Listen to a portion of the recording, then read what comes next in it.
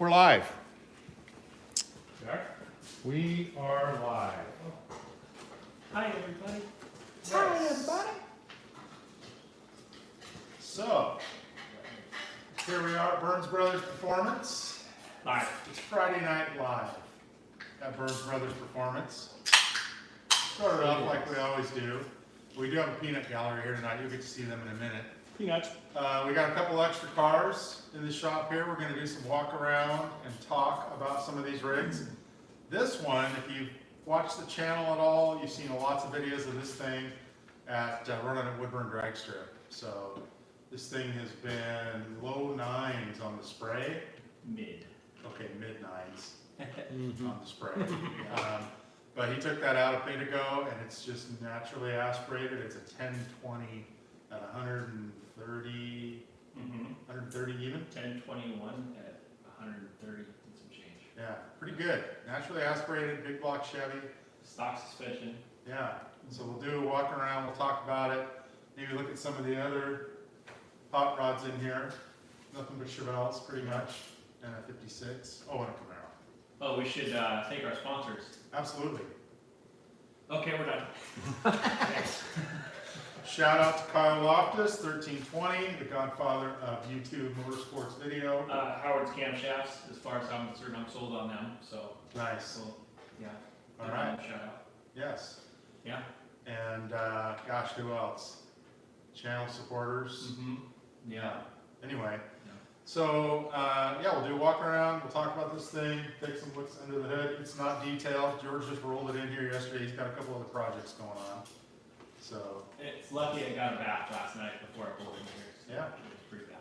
so we can't cut or anything, but cheers. Cheers. Peanut galleries. They're on it too. Cheers. Trust me, they're on it. Okay. Live camera action. Where are you starting, Dave? I say we look in the bed. I know I've always been impressed with this thing. If you look at the quality of the fit on things like cutting out for the fuel cell. So that was a tight sheet metal cut. It's absolutely square and straight and perfect. We actually, the cool thing about this is when we cut this out, there's braces that go across the bed, and we cut it out, and that brace extends past this hole just barely. So this fuel cell is actually sitting on the factory bed braces, Oh, nice. and then I just put holes in the bottom of the bed brace to put the nut on for the strap. So that strap's just bolted in the bed for it. And you replaced the steel panels with aluminum? Yeah, so to kind of a little bit of background on this car, this was actually my dad's El Camino, who passed away in 2014. So a lot of the things you see on this car were his vision or what he did on the car himself. And he made these panels, and then they're just like 1/8 inch aluminum, and then he brushed them, and then replaced the side panels with it too. So just to get rid of the rig one, clean it up, I guess, and Yeah, I don't know, make it a little fancier. nice work. And so, I mean, he's not a sheet metal guy. How did he do that? He jigsaw. Just You know, jigsaw but, I and mean, sanded it? My dad was just kind of really good with everything, you know, when it came to fabricating or, you know, I don't know. There were so many things that he could do. So, I mean, something like that was just really simple to him. So, Yeah, well, it looks good and it's durable. It's been there forever, right? you know, So, that tailgate's only been open probably, I'd say, 3 times since the car's been done. so talk about the roll bar, how you guys routed that. Yeah, so, bugs everywhere. So, we actually, my dad painted a 68 El Camino for a guy named Ben Hartman. And when we got that El Camino in, they did the cage like this. So as soon as we saw that, and we were doing Dad's El Camino at the same time, we knew that that's how we wanted to do the rear bars. So basically the main hoop is right here, and then we just bent the bars. So there's a bend in it right there, and then it hooks to the top of the shock and spring mount on the top of the frame. And then from here down underneath, there's a support bar that goes at the bend that goes down to the bottom of the main hoop to support that if there was ever an issue where it was needed. So Yeah, you see trucks and, well, you see other El Caminos, they have to, or they try to go through the back window. That never seems to work. right. Yeah. And Nice, then, nice door gaps, by the way. Inside, it's a little dirty from the wood burn grass still, but it's pretty stock. Just Kirky seats and the roll bar and, you know, shifter and a couple switches. And then that, if you notice that cowboy hat over there, that is actually my dad's cowboy hat, and it's been in the car since he passed away, so. And you said when it's a good run, the cowboy hat flips over. Yeah, I always know if the cowboy hat is up like this, the 60 foot was good. Nice. And it's funny because it's actually a pretty good telltale. Yeah, And then if I want around, the cowboy hat usually comes out the driver's window. that's the deal. Yeah, especially for the fence monkeys. If the fence monkeys are out there on the fence, I'll show them the cowboy hat on the way by. Nice.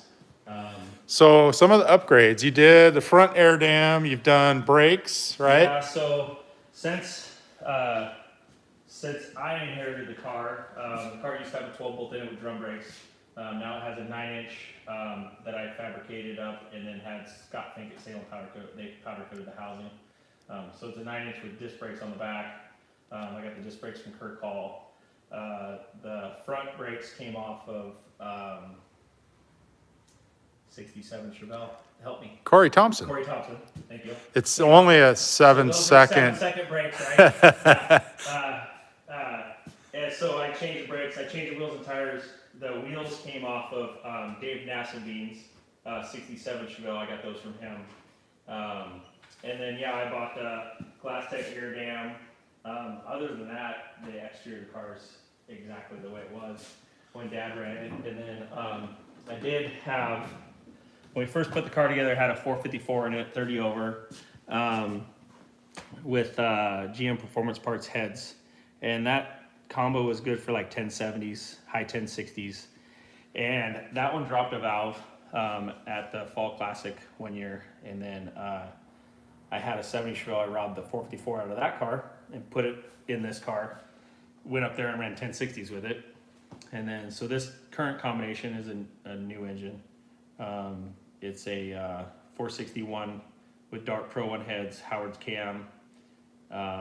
Nothing really special. Factory GM crank, 4-bolt main block, Callie's rods with SRP pistons. And this, like I said, this one runs 1021. That's a really old Chuck Newton Dominator that just seems to work really well. So I've been hanging on to it. Nice. So, but yeah, I like driving this car. It's a good time. There's the peanut gallery.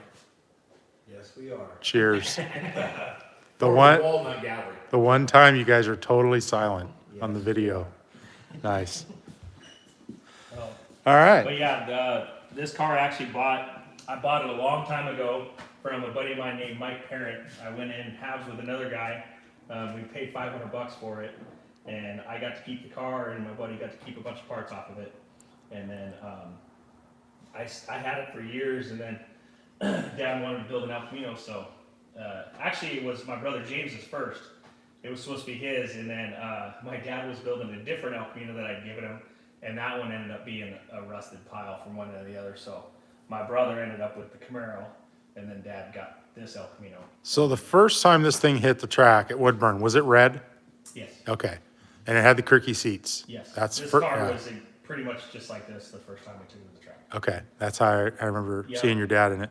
Yep, and it was running like the first weekend up, first couple passes it was in the 11s, and I was trying to get Dad to explain to me what the car was doing and all this stuff, and it was Saturday night, and I was like, they opened up the lanes for test and tune, and Dad's like, go hop in it and see what you think of it. And as soon as I got in it, I knew it was lean, and I think I jetted up like 7 or 8 jet sizes, and it just picked up a ton of mile per hour, and I think it ended up running in like 1080s that weekend, so there was a lot of progress in one weekend. So, Nice. but yeah, it's fun. I love it. It's not going anywhere. This car will never leave. My daughter will be driving this car, so Nice. don't think about it. Well, I've only ridden in this one, I've only ridden in this one in the staging lanes, but the one behind it, I got to take a ride in at Roseburg. Yeah, this car is. This car has more stories than any car I've ever owned, obviously. I've owned this car since 1995, so I've owned it for 27 years now. I bought it in high school. I actually had a 69 El Camino that my dad and I were building, and a couple months after I got the car together, I got into a head-on with an S10, and it totaled the El Camino. So, you know, I was pretty down in the dumps, driving around my grandfather's old 78 Caprice, cruising the gut with my buddies, you know, and looking for another El Camino, and I down my buddy Tom Flat shop. This guy Bill Beard used to come down there. He's like, well, I know there's a 70 Chevelle for sale, and I'm like, Chevelle? I don't really like Chevelles. I want an El Camino. I was just dead set on having one. He goes, well, I think we can get it pretty cheap. Let's go take a look at it. So it was pouring down rain, and we go look at this El Camino, or this Chevelle, and it was in the back of this guy's backyard. He had, it was brown, and it had white interior, but shoved inside the car was blue interior. And the blue interior was like cherry. And it wasn't his car, it was another guy's car. And we called the guy who owned the car, and he's like, give me $200 for it, you can have it. Which is funny because by today's standard, you can't buy a fender for $200 for one of these cars. I bought the whole dang car for $200. And, I mean, it has its fair share of issues. There was no engine, no transmission, it had rust in the quarters and stuff. But anyways, I brought it home. A week later, I made a deal with the guy, paid him, and got it home. And the blue interior was so nice, so I just put the blue interior in it. So it was brown with blue interior when I first started driving it. And I had the 327 and turbo 350 out of my El Camino, and I shoved it in here and went and cruised around the gut and started taking up the drag strip. And then my buddy Brian Carbaugh and I, we primered it gray one night. We kind of were dinking around all day, so we didn't get to it in time, but we ended up primering it in the dark. So he held the floodlight, and I primered it. There's a couple of light spots in it, but we didn't care. We were young. But yeah, so we got it primered up, and so the 327, it got plucked. I picked up a 454. Marty helped me with the 327, and then he helped me with the 454, and Jeff Ellis, and put a 454 in it, and it ran the best of like 12 O's. Kind of a funny story. One day I was at Woodburn, it was a car club challenge, and I was itching to, that was before the roll bar rule was 1149, it was 1199. Yep, and they were sticky about it. Yeah, it was definitely, they let you know if you broke the rule, and I wanted to run the 11 so bad with this thing. I just wanted to like say that I did it, you know, and they didn't know that I've been running the car all day, and I was like, man, it's got it in it. So I go to make a victory lap after I won, and it ran like a 1203. And I never made it in the 11s with that combo, and then that winter we tore the car apart, and Dad and I painted it. Well, Dad painted it, I just kind of helped him. He did all the bodywork and stuff. And so this car's been painted since 1997. It definitely has its fair share of bruises, and, you know, from being a drag car and all that stuff. So this car evolved and eventually had a 572 in it, had a roll cage in it, a Ford 9-inch, and then it ran, the best this car ran was like a 1012 with the 572 in it. I couldn't get the suspension to work right. I didn't have enough knowledge at the time with that kind of stuff, with the A-body, 4-link and all that stuff. And, it just wasn't happy. So I ended up buying another 70 Chevelle, and then this one got, it's a 454 now, M22 with a 66 Chevelle 12-volt 373 gears. It's power windows, it's 4-wheel disc brakes, you know, bucket seats, console, SS dash, all that stuff. It's just a fun car to drive now. It's just, I can get in this thing and knock on wood, I can abuse the hell out of this thing, and it takes it every time. Got a couple exhaust leaks and a little bit of valve train kick that's having it. Yeah. And the engine is literally like a $500 rebuild. So If you look back at the burnout videos from the neighbor Dale's barbecue every July, you'll see this car in a couple of clips, lighting the rear tires. And George kind of describes it as a kind of a hoopty, and this is one he, like you say, he hops in and rails on just for fun. But I rode this thing in Roseburg, and it's tight. There's no rattles. It's fast. It handles good. It's no hoopty. So it's a nice looking car, It's my hoopty. right? If I had to pick one, this would be It'd it. be the hoopty. Yeah. Yeah. So, and everybody that is familiar with the channel knows that car that's in the works, the 56. It's still waiting. Yep. Yeah, and then, so I actually, this one here is, this was the Camaro I mentioned earlier that my brother ended up acquiring when Dad got the El Camino. So, this is a 70 Camaro that we got from my buddy Jimmy Connor.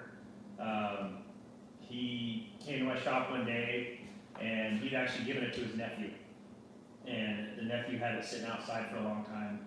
And he just came to the shop one day and he goes, hey, my nephew's thinking about selling that Camaro.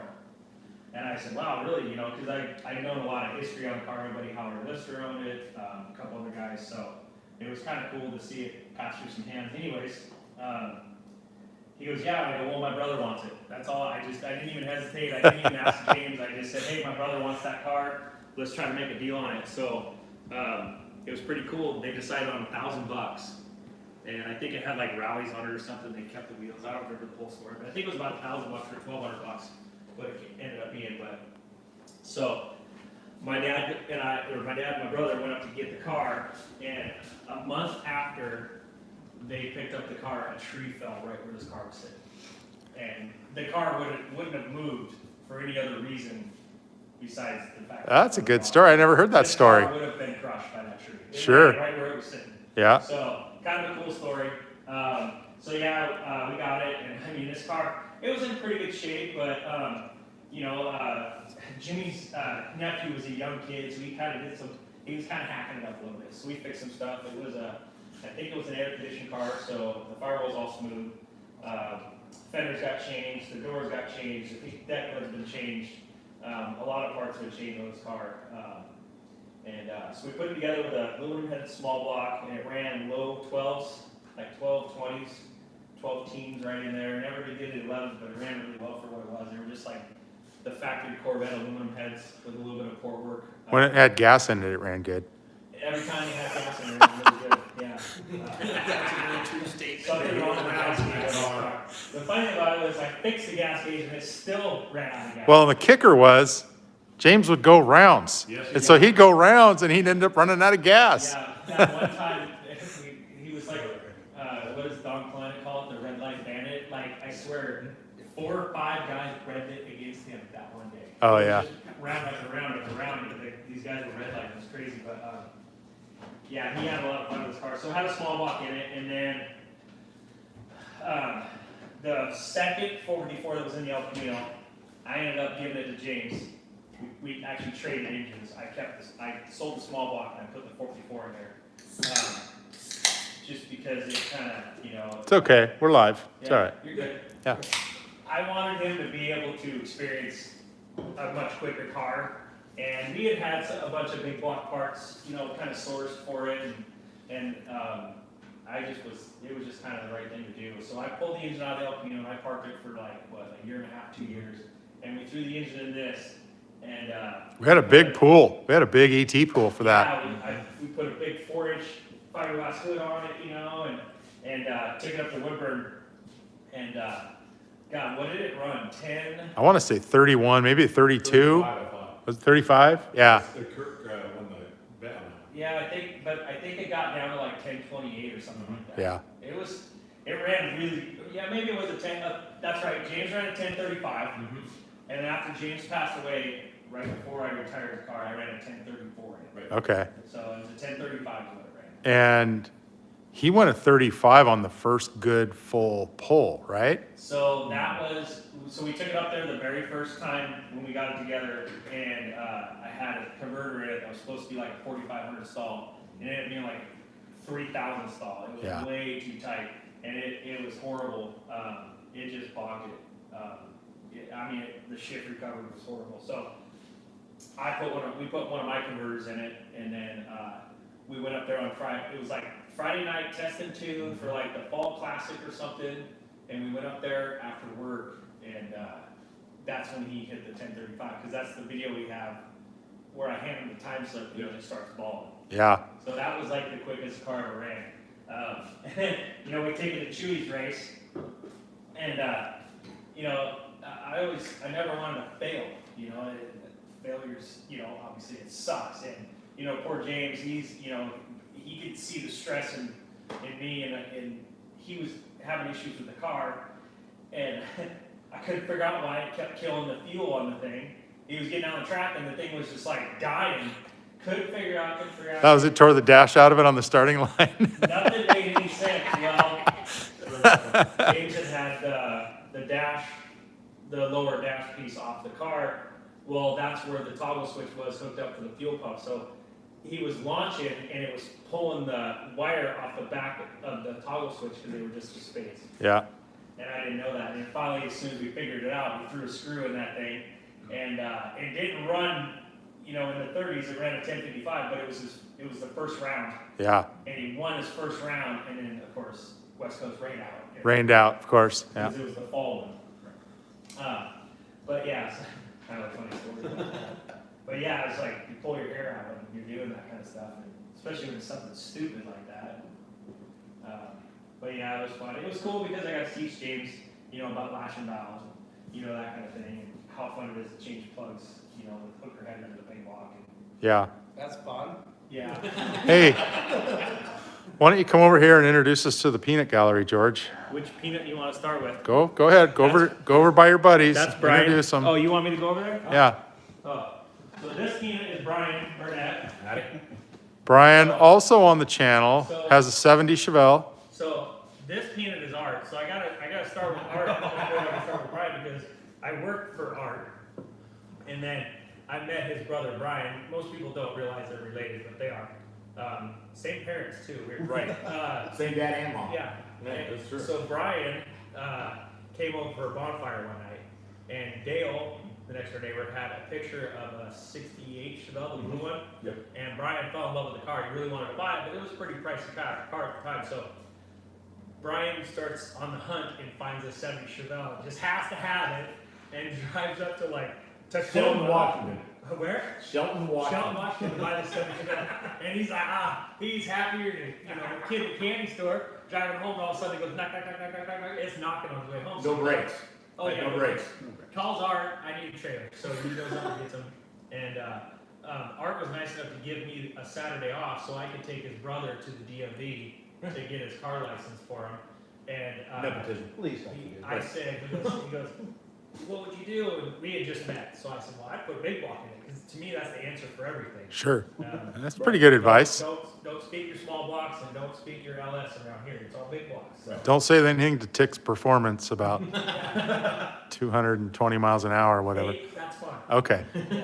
They do them. I do.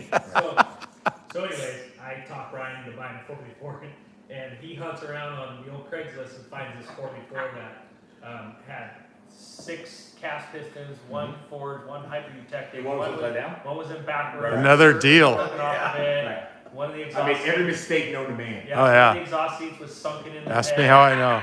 And then the guy he bought it from, Brian tells him, he's like, man, this engine's junk. And he goes, no, your mechanic screwing you. So, anyway, so we rebuilt the engine. So he buys like a Fiat. Yeah, You got a 1962 Fiat. Part of this Fiat out made like $7,000 off this Yep. Fiat by parting it out. And that's how he built the Chevelle. Right. Yeah, so that's how I met Brian, was through Art. And then I don't work for Art anymore, but now we're like best Right. friends, brothers, and all that good stuff. And I'll just say, these two guys, if you're going to go to Vegas and you need to have a good time and you want to have security, Right. these two guys are pretty good security. So, Yeah. and then this fellow over here, this is Brian Morris. I've known Brian for, freaking forever. Yeah. Is this yours? No, that's okay. I think that's $2. Yeah. Nice. So I met Brian through Brett Stromeyer. Probably. Yeah, you and Brett Yeah. were pretty tight. So Yeah. I was hanging out with Russ, Brett's dad, and Brian and I just kind of started hanging out, and then we got him hooked in the Chevelle scene Yeah. too. So he's got a pretty nasty '67 Chevelle with a 496, and it runs pretty good. We need to get him up. I was to say again, if you take a look at the barbecue burnout video, Yeah, you'll see a certain blue Chevelle on I think there. that's okay. yeah. Well, it's got a little more power now. He's he's got more power, so now he's upgrading, so now we're getting a 9-inch now. Oh, good. Yes, but yeah, Brian and I have been buddies for a long time. I was actually the best man in Brian's wedding. That is true. Oh, wow. Yeah. I even cried during the best man speech. So Chevelle, Art has an El Camino, which we're patiently waiting for him to get started on. Oh, you One of got it? these days. 68 El Camino. Oh, I totally forgot. Yeah. That's right. Yep. Yeah. Hey, Brian has a 70 Chevelle too. Yeah, Brian, he mentioned 7. And I think You actually have video of me do my very first time at the track. that's 3 years ago? 5 or something? Yeah, a long time ago. But yeah, green Chevelle should be quicker now. We don't really know how quick because hasn't been back out. Yeah. There it is. Yeah, there's a whole story. That, Yeah, his brother James owned that car. So Yeah. we actually talked about one time in a round robin right over here talking about, oh, you put a cam in to do this, do that. So we do all the work. And I haven't taken it back to the track. George did it. You know, they put the hood on it. That's helping. So yeah, so here's the story. So we're sitting in the shop, this was before it had doors, concrete. We're sitting on the rocks in here, and we're Right. drinking beers and shooting shit and stuff. And Brian's like, hey, I got a buyer for that golf cart we picked up. And I'm like, yeah. He goes, I'm gonna sell that golf cart. And I go, here's what you do: is you take that money and you put it into your Chevelle. He goes, yeah. And so it's funny because you can really egg Brian on, and you get something in his head, and then Yeah, it takes off. it's implanted. Right. So I told him, I said, let's do a cam, we'll do an intake, carburetor, and a torque converter. That's Right. all that car needs. Right. So yeah, so I got him a cam, and then he helped a buddy out, and Yeah. he got a carburetor out of the deal, and then we found a used intake, and I got him a Hughes 3000 stall or 35? 3? I thought it was 35. Might be. One of the two. Okay. So I anyway, got to see something. I do all this work, put the car all together, and it has 3 bad lifters. Like the internals on the lifters were bad. this reminds me of the Fink small block where Yeah. a cam change turned into a complete rebuild. Yeah, yeah. Because Brent Davis sent you the video with we pissed you off, remember that? Oh, the wrench on the bumper Right. Yes. from the mechanic shop. So yeah, I put it together, and it's got 3 bad lifters, but it wasn't eating the cam, it was just internal. So I get a hold of Lunati, and they say, okay, well, we'll send you a whole new set of lifters. So they send me another set of lifters. I threw another set of lifters on the cam, and everything goes great, braking goes awesome, and Brian takes the car home, and then he's driving it, going on the on-ramp on Highway 22 in Stain. That's right. And all of a sudden he goes, it's making a bad noise. So he gets it home. Did you tow it or drive it? No, I told it. Towed it home. Right. And then, so I drove over there, picked it up with my trailer. And for some reason, it galled the stem on an exhaust valve. And it locked up the valve. So I had to pull the head back off and beat the valve out of the head. And it actually drug the guide with it. It was in there so tight. I never seen anything like that on an engine that was running perfectly fine. And it wasn't old enough to have, a bunch of grime on the valves as far as lock, season that way. In the valve and the guide, I don't know what it was. So anyways, I took it to Jeff Freeman, and he fixed, I can't remember if he did 2, he just did the one head. Did the one head. Because the rest of them were all good. I checked them all, they were all nice and free and all that stuff, moving back together. Now it just sits in his garage. I've taken it out a few times. Oh, he drives it, yeah. I do Not drive to it. Woodburn. I just haven't taken it to the track. Right. Yeah, Next year, next year it's on video, so next year it'll go to the track. I was going to say, this is on the, Well, that's because Dave says that I have to take mine if he takes his. Right. So for the 3 people that are watching, hey, there was 6, now there's 5. somebody must have to go to bed. Yeah. Right. Write down in there that you want to see Brian take his car to the track. What did it run before? 13 what? Best it was, so yeah, the first time it was like 1396. And I say it's going to be a 12-second car now. Yeah. We went from a performer intake to a wind stealth, which is a really nice, tall, dual plane intake. I can't remember the cam we put in it. It's a pretty good size hydraulic. And then it's got a 750 Holly on it now. But what was the converter change? It went from 2 to 3, I think. Yeah. I think it's a 3. That's going to help a lot. Yeah. So. Yeah. Yeah, we just need to get Brian up there. Oh, I said, we just do like they do an overhaul. We'll just take the car. I know where you're gonna Steal it and go run You it? know where I You live. don't even know it's there. It's gone. Talk to the wife and be like, hey, price I can have it. Yeah, We'll just park mine in this spot. right. It's gonna be under a cover or whatever anyway, right? So, It's in the garage. Yeah. So gotta zoom in on the toolbox. that is my dad's toolbox. Pretty darn cool. That toolbox is older than me. That The is actually- Schneider cam, the pinstriping and the Schneider Yeah, cam. It's actually a Craftsman toolbox that he bought when he was working for John Deere. He worked for John Deere in, I'm gonna screw this up, and if my sister's watching, she'll correct me, but Uh-oh. I wanna say Moline, Illinois, but I'm probably wrong on that. So, yeah, my dad worked for John Deere, and he said, yeah, whenever the tractor would come in, or a forklift or whatever, and they had a clutch issue, you just drive it up against the wall and smoke the clutch and just send it back out.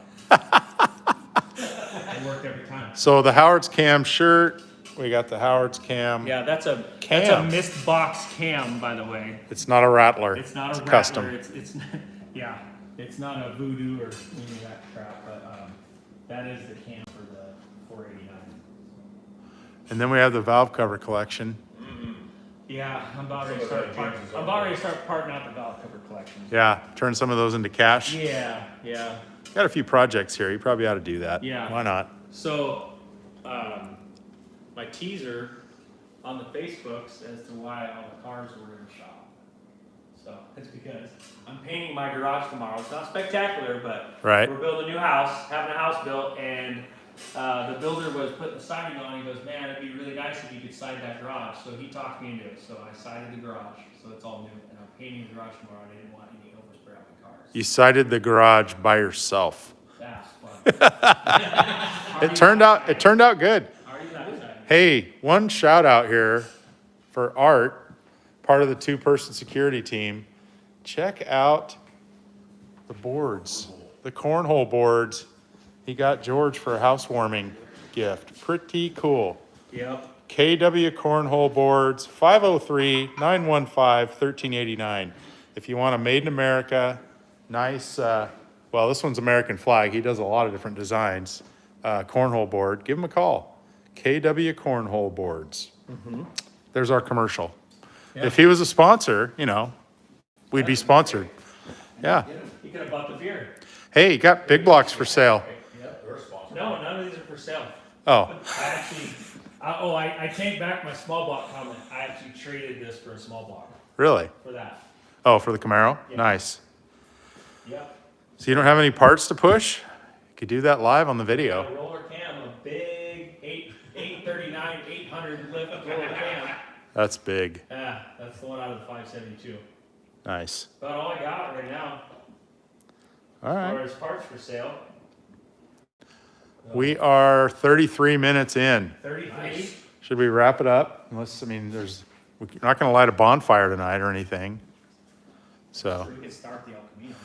that's a good idea. Let's go out with that. Let's close out with some V8 power. It's very cold-blooded. Yeah. That's okay. It's, I can tell you, we like the way this thing sounds. So let us know what you think on the video. It, disclaimer, it doesn't have stem seals on the, A little bit smoky at the fire up. Well, it runs on race gas, so that's going to be good. We're going into the long cold winter here in Oregon. we don't have to worry about the valve stems going on this one, that's for sure. Yeah, plenty of oil. Yeah. Good. Kills the skeeters.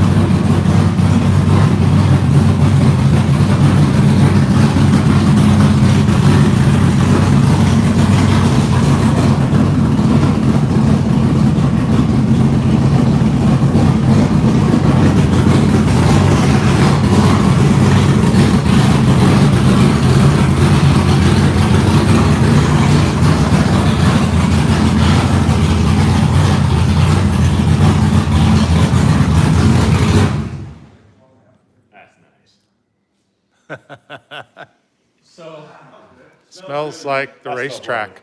So this 489 short block is going in this car with these heads and intake. This short block's going in Nikki's 56. So that would be pretty awesome. Yeah, so more cubes, newer, bigger cam, right?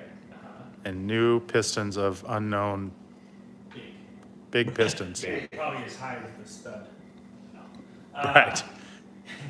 Yeah, so this car is gonna be, I'm really looking forward to this car because it's gonna have this short block in it, that cam and all that stuff. So it's Whose pistons are you gonna put in it? these. Yeah, I can't remember the ones I looked up. yeah. Couldn't tell you. off the top. JE? They weren't JEs. So much for our piston sponsor. Well, tell them they need to step up. I'll put them in there. What do you want? Put a 14, sticker on the back window for you. 14 to 1? What's your bore size? What does Brett have for compression? I'm not gonna say on camera. It's probably 9 to 1. I want 0.1 more than whatever. You gotta have a little more. Brett, if you don't know, Brett's car is the orange 55 Chevy, which is all over the channel. He and George are a little bit competitive, A little bit. you A know, little bit, yeah. so. Brett and I built new engines at the same time, so it's always fun to see what he runs. and Yep. see what I run. Both pretty heavy, mostly steel Yeah. GM cars, His is big all blocks. Yeah, his is heavier and it is all steel. Yeah, I think he's about 100 pounds heavier, maybe Yeah. a little more. Yep, but they run within a couple tenths generally, so Yep. good times. His car performs very well for being on leaf springs. Yeah, No Caltrax, it's just slap the bar. and heavy and full interior and blah, blah, blah, blah. Yeah, that thing's always run good for what it was, even when it had a small block, Yeah, so. All right, well, we're wrapping it up. okay. It's a break of whatever time is it? It's not that late. It's like 7:30. All right, it's time for some music and maybe another beer. We'll wrap it up. If you guys give me 5 or 10 minutes, I'll figure out how to shut this down. I never remember. Hang on. No update on your other. And, okay, bye-bye.